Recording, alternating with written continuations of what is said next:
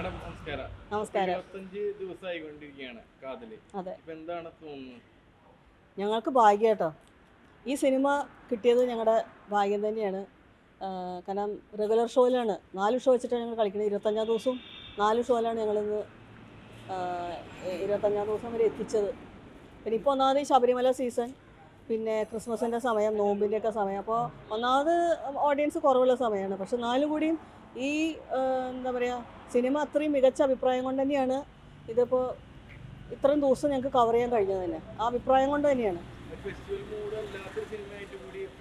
Families നല്ലോണം വന്നിട്ടുണ്ടായിരുന്നു. അത് ഞങ്ങൾക്ക് ഫസ്റ്റ് ഷോ സെക്കൻഡ് ഷോ ഒക്കെ നല്ല ആൾക്കാരുണ്ടായിരുന്നു. അപ്പോൾ ഇത്ര ദിവസം അതെ അതെ അതെ ഒരു ഇതൊക്കെ ശനി ഞായറൊക്കെ ഹൗസ്ഫുൾ തന്നെയായിട്ടാണ് പോയിരുന്നത്. പിന്നെ ഇട ദിവസം മോശമില്ലാത്തൊരു കളക്ഷൻ.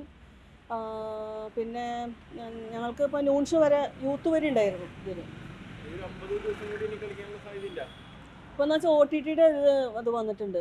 എന്താ പറയുക, റിലീസ് ഡേ ഇപ്പോൾ ക്രിസ്മസിൻ്റെ സമയത്ത് വരും എന്ന് പറഞ്ഞപ്പോഴാണ് ഞങ്ങൾക്ക് ഒരു ഇത് അനുഭവപ്പെട്ടിട്ട്. ഇതിൻ്റെയൊക്കെ സലാറിൻ്റെ റിലീസ് എടുത്തിട്ടുണ്ട്. അത് ഡിസംബർ 22-ാം തീയതി.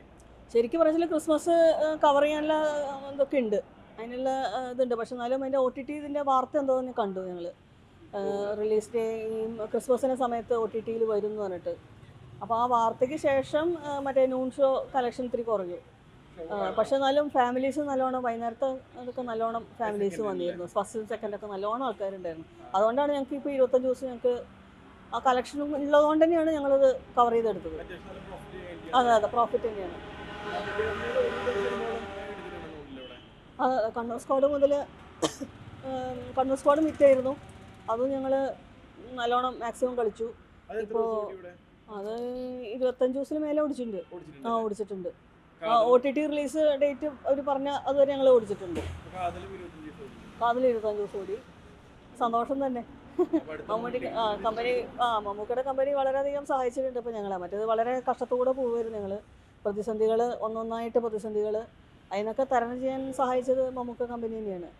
പിന്നെ മാജിക് ഫ്രെയിംസ്. അപ്പോൾ ഇപ്പോൾ ഈ അടുത്ത 6 മാസം നോക്കിക്കഴിഞ്ഞാൽ അറിയാം, RDX തുടക്കം വെച്ചു, വീക്കെൻഡ് ബ്ലോക്ക് ബസ്റ്റർ. അതിന് ശേഷം മാജിക് ഫ്രെയിംസിൻ്റെ ഒരു പടം, അതൊരു മാസം ഓടിക്കും. അത് കഴിഞ്ഞ് അടുത്ത പടം മമ്മൂക്ക കമ്പനി, അതൊരു മാസം.